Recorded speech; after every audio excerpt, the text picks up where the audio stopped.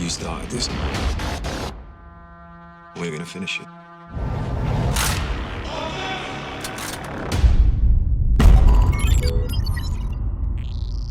Infidel was sort of, it's a Middle East thriller born of the idea that there are many Americans still being held as hostages in Iran. A number of them. It varies, you know. Sometimes they let a guy go and then they snap up someone else, and the Iranian government kind of uses them as pawns in policy negotiations. And the thing that interested me is basically, look, in the late 70s, when a number of American hostages were taken, it was front page, front headline news for, I think they were held, it was about 100 hostages or more. They were held for 444 days. It was a big deal. And then I realized that, well, you know, whether it's 5, 7, 9, whatever number it happens to be, in recent years, there's zero coverage of it, zero awareness. And I thought that's obviously very unfortunate for them. And I thought, well, this is a phenomenon that goes on. A number of them been accused of various crimes. A lot of them have to do with spying, et cetera, usually trumped up crimes. But some of it has to do with their faith, Christianity. Are they proselytizing? I'm aware that there's a kind of underground Christian movement in Iran, led by women, and I think it's a response to the oppression of the Islamic Republic of Iran, the Ayatollahs, and I think there are rumblings in Iran, and I also found this to be an interesting phenomenon. And a lot of these people who've been taken and arrested have been accused of proselytizing or distributing Bibles or whatever. So, you know, sort of being a Christian convert myself, and my family really never practicing Muslims, but I was always taught a certain amount of healthy respect for any religion, although we weren't, you know, we were really pretty secular growing up. But then look, I've lived in the States, I've grown up in the States, I married an Ohio girl. And so gradually over the course of my journey, I became Christian. And I just thought that this is an interesting story and situation. There was one notable American being held named Robert Levinson, who disappeared in 2007. It's a very sad case. So what I did was I took a number of these different stories, researched them all. The Levinson story has had more written up about it. And I basically sort of put together a fictional story based on the experiences of these people. So it says the movie is inspired by true events, and I think that means it's a true story, but it's really, I'm using inspired sense or its true definition, and because in many ways it is right out of today's headlines. I mean, one hostage who'd been held for a while, Michael White, just got released days ago. He lives down at San Diego, and so I think there's a thriller here. And so that really is the premise of the movie. And I think we get to explore some interesting things about what's going on inside of Iran. And, you know, I think it's the first movie ever to sort of address this movement, this sort of underground Christian movement inside of Iran. But it also portrays that, Christians, Muslims, Baha'is, whoever you are, it's not just one faith that is sort of resisting the regime there, as much as these people all have something very much in common, which is they're oppressed and they're seeking liberation. These are good people. I've known Mr. Lucini for some time now. Have you ever seen him exhibit extremist behaviors or attitudes? What?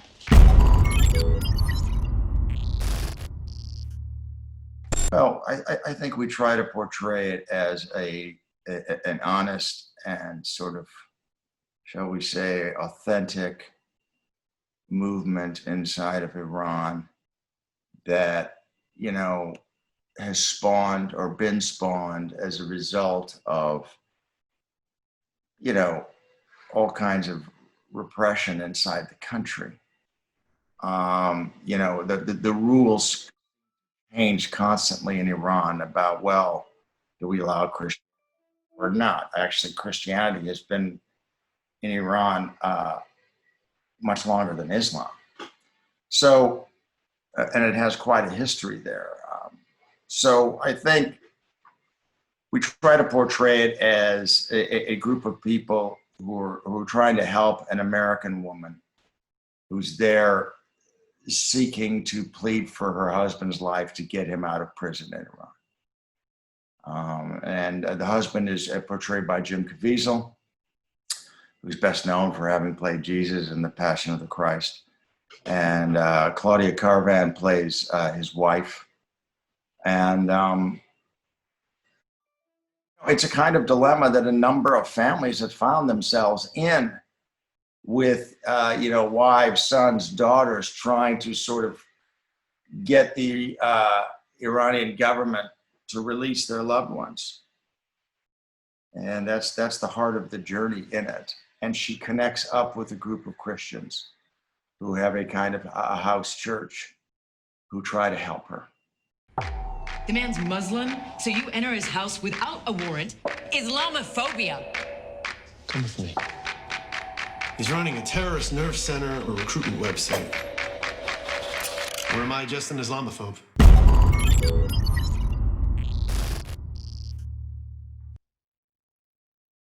Well, my parents are both Iranian.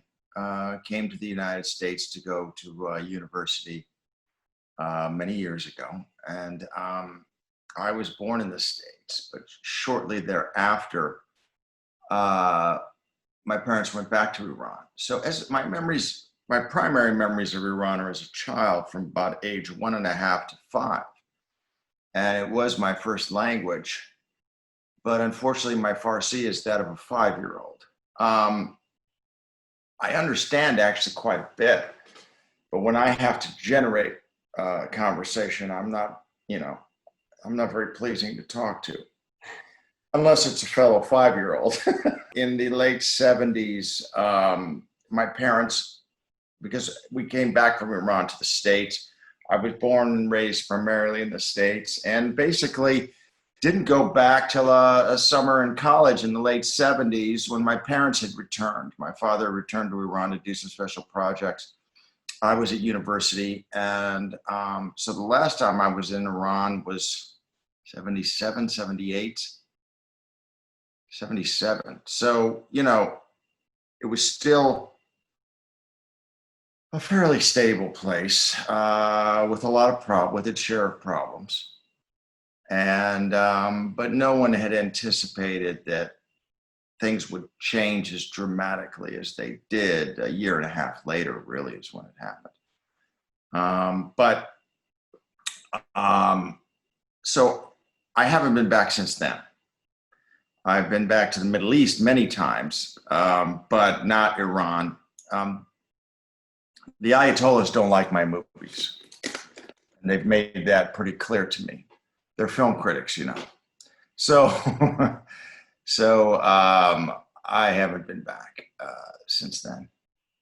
He won't talk to me anymore. He knows what I saw in that room. And what does that tell you? He is the one that said, go to Cairo, talk about the faith. You're not suspicious? I'm asking you, don't go. I will call you.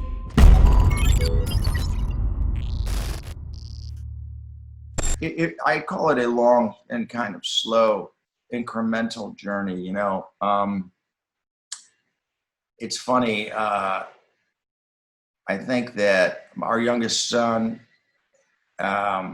had been through some troubled years, and I think it was him sort of finding faith in Christianity that sort of, changed his life, and we were witness to that, and that affected us, my wife and I. And also, I think that sometimes these things, these journeys that happen, we don't really understand or know them. I could go back to films that I made many years ago and see it, but at the time I couldn't have told you. I was going to get my haircut one day here in Los Angeles from my hair person, a woman, and she introduced me to an Iranian woman who she was working on just before me, who knew my work. She had seen The Stoning of Sarajem actually in Iran because it was bootlegged, and many people, Iranians, saw it. And The Stoning of Sarajem was a film that the Iranian government condemned and banned. It was made in 2009. And so this Iranian woman wanted to meet me, and she said, "What are you working on now?" And I told her about my film, The Young Messiah, which is about young Jesus.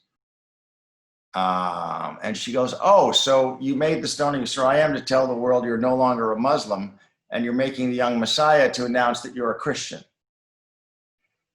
And that was a revelation to me at the time.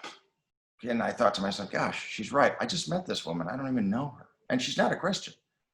She was Iranian Muslim. I think she'd been in the States for 4 months. So, we're not always aware of our own, journey.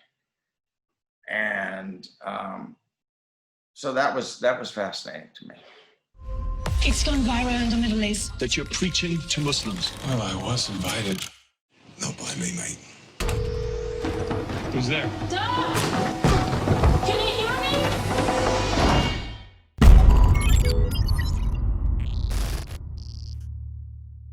Look, a lot's been going on in Iran. There's been a lot of demonstrations. There's been a lot of resistance. And I think that resistance will continue. Last November, something like 1,500 Iranians were killed in the streets of Iran demonstrating. And I just feel like sometimes we forget what's going on. And I think it does impact our lives. And I do think, the head of the Quds Force in the IRGC, a very notorious character by the name of Soleimani, was clearly targeted and killed in January of this year. So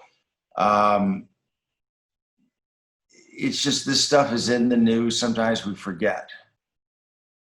And for me, because being of Iranian descent, I follow it.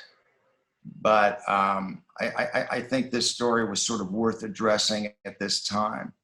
And I think people will find it very compelling. I hope so. He's caused an international incident. He was kidnapped. This is terrorism.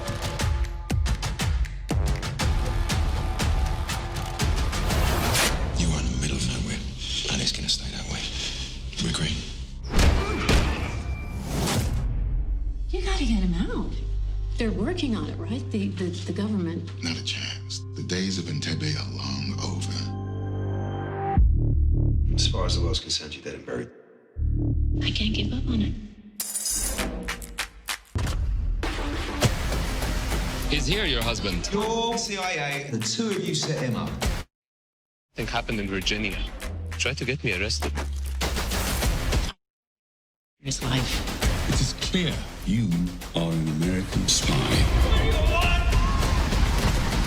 I didn't come here to watch you die.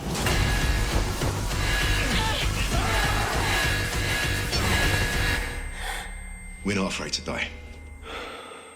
That's why we're gonna win. I'm not afraid either. Well, look, I think that they're under the yoke of this, Islamic Republic. I indicate quotes because, I really don't think they're Islamic necessarily. You know, this film might be accused by some of being anti-Islam. It's not. This film is anti the Islamic Republic, which I think has kept people sort of really in chains in many ways. The country is in such difficulty economically, just in terms of human rights and all kinds of difficulties in the country.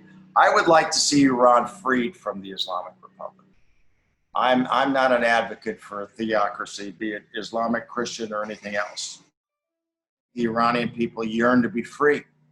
I think that Iran is, as a nation, is relatively late to Islam. So it sees its kind of glory days, its culture, its heritage is primarily non-Islamic. And there's great pride there. So I really think there is a strong movement to sort of be free of this yoke. And I think there's a chance for Iran. I really do. And I hope things change and I hope things become better for the people there.